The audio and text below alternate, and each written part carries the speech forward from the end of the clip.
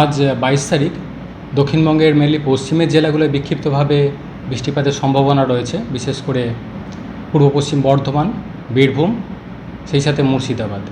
এই জেলাগুলোয় বজ্রবিদ্যুতের সম্ভাবনা রয়েছে, সাথে দমকা হাওয়া 50 থেকে 60 কিলোমিটার প্রতি ঘন্টায় কোথাও কোথাও, সাথে হালকা থেকে মাঝারি ধরনের বৃষ্টিপাতের সম্ভাবনা থাকছে। পার্শ্ববর্তী জেলাগুলোতেও সম্ভাবনা কিছুটা রয়েছে, বিশেষ করে নদিয়া, হুগলি, বাঁকুড়া, পুরুলিয়া এই জেলাগুলোতেও সম্ভাবনা থাকছে হালকা থেকে মাঝারি ধরনের বৃষ্টিপাতের।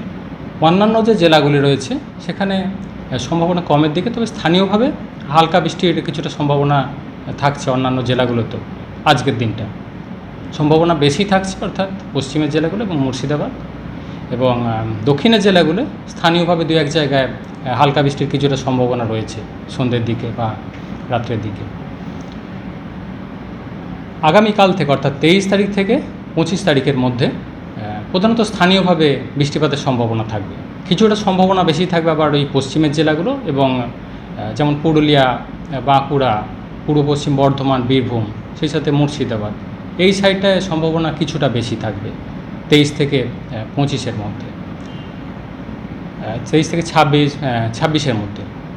27 তারিখ থেকে বিক্ষিপ্তভাবে বৃষ্টিপাতের সম্ভাবনা থাকবে দক্ষিণবঙ্গের অন্যান্য জেলাগুলোতে, অর্থাৎ বৃষ্টিপাতের সম্ভাবনা কিছুটা বাড়বে 27 তারিখ থেকে দক্ষিণবঙ্গের জেলাগুলির জন্য বিক্ষিপ্ত বৃষ্টিপাতের সম্ভাবনা থাকবে।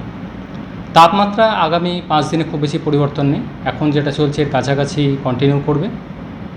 গরম অস্বস্তিকর ওয়েদার থাকবে বিশেষ করে পশ্চিমের জেলাগুলো, অর্থাৎ পুরুলিয়া, বাঁকুড়া, পশ্চিম বর্ধমান, পশ্চিম মেদিনীপুর, ঝাড়গ্রাম এই সাইডটায় তাপমাত্রা বেশির দিকে থাকবে। 38 থেকে 40 ডিগ্রি কাছাকাছি কোথাও কোথাও তাপমাত্রা থাকবে সর্বোচ্চ।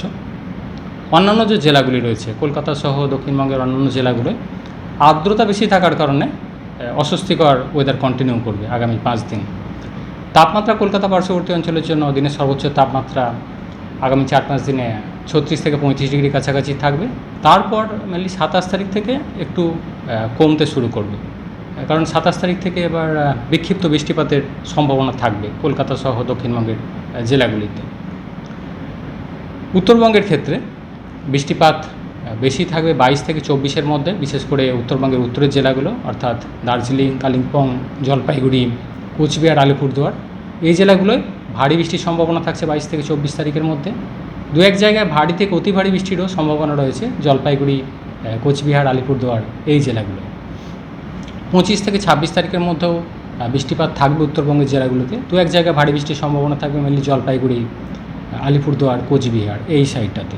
তারপর 27 তারিখ থেকে বৃষ্টিপাত কিছুটা কমবে উত্তরবঙ্গে, এবং সেই সময়টা দক্ষিণবঙ্গের দিকে বৃষ্টিপাতের সম্ভাবনা কিছুটা বাড়বে 27 তারিখ থেকে।